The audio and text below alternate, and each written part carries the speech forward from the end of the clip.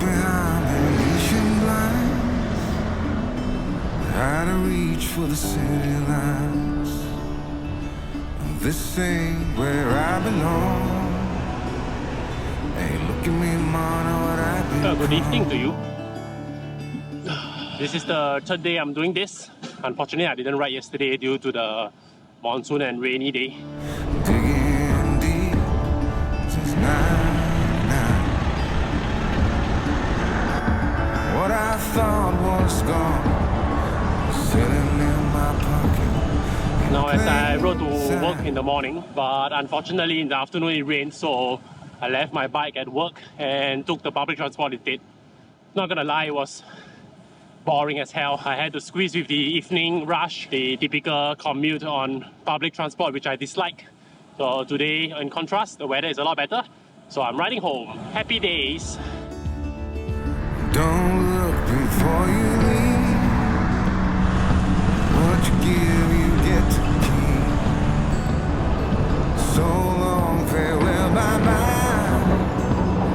Let's have a toast for those lost old eyes. Now, to say the truth, it has been so long since I last saw sunset as I rode home, because it seems like we are caught up in some weird monsoon that kind of always pours on us on afternoons. On the earlier competition that I was saying, predicting weather here in Singapore really isn't that challenging. Now, because of the size or the lack thereof, the country is simply just too small. Therefore, typically what you see on the other side of the island, for more than 80% of the chance, the weather is the same across the island anyway. So asking her to check the exact weather in the north would suffice to allow me to predict if I can reach home dry. But of course, there are instances where Murphy happened, and just like episode 1 when I rode home halfway and it just started drizzling on me, and you just gotta deal with it as it comes. Do you feel the same way? Maybe you don't see what you have in front of you. Or maybe I'm not enough for you. So maybe I should go. If I had known from the start. As one of you asked what weather apps I typically use or check prior to my riding.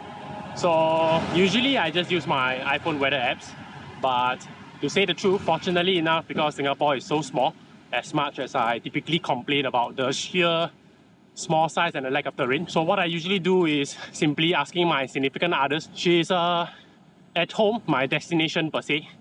So if I were to be doing the return home route right before I start my route and commute, I would ask her if it's raining back home. And since my commute usually takes no more than an hour, so her accurate forecast of the exact weather back at home will usually suffice to allow me to ride home dry. Maybe you don't wanna know. You don't see what you have in front of you. Or maybe I'm not enough for you. So maybe I should go. If I had known from the start, this wouldn't have ended with broken hearts. 'Cause I don't wanna waste my time. No.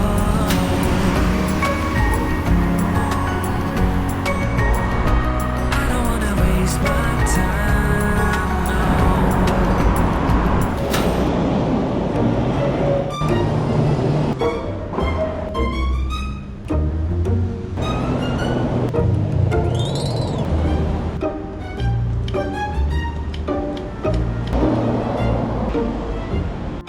It's been so long since I last punctured, so kind of a bit rusty with the tire changing.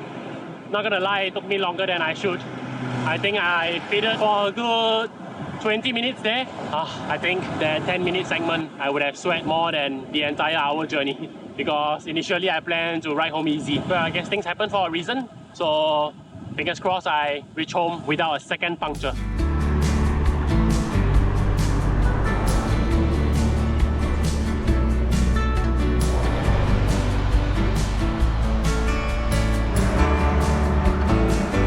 I don't exactly have a Q&A segment, but I just want to put it out there here if you ever have a question pertaining to commuting around Singapore on bicycle. So feel free to shoot me a comment down below. I will try my best to answer. With my wealth of experience, I've been commuting in Singapore with my road bike for a good 9 to 10 years, clocking somewhere between 40 to 50,000 km. Now, of course, part of that is my typical road ride as well.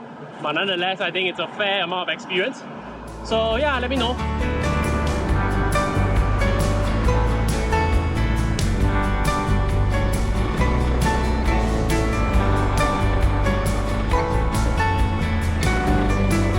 That's a very good reason to cycle around Singapore, because the country is simply so small to contain this amount of population and vehicles. I don't understand. Can you imagine all these vehicles, instead of being on 4-wheel vehicles or more, what if all of them were in bicycles instead?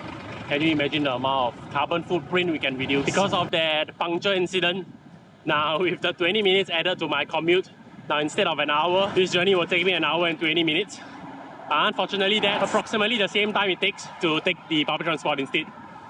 But nonetheless, I still would prefer to cycle instead, because at least I don't feel lousy while being squeezed in those crazy packed trains, especially those in the rush hour periods. Well, home sweet home.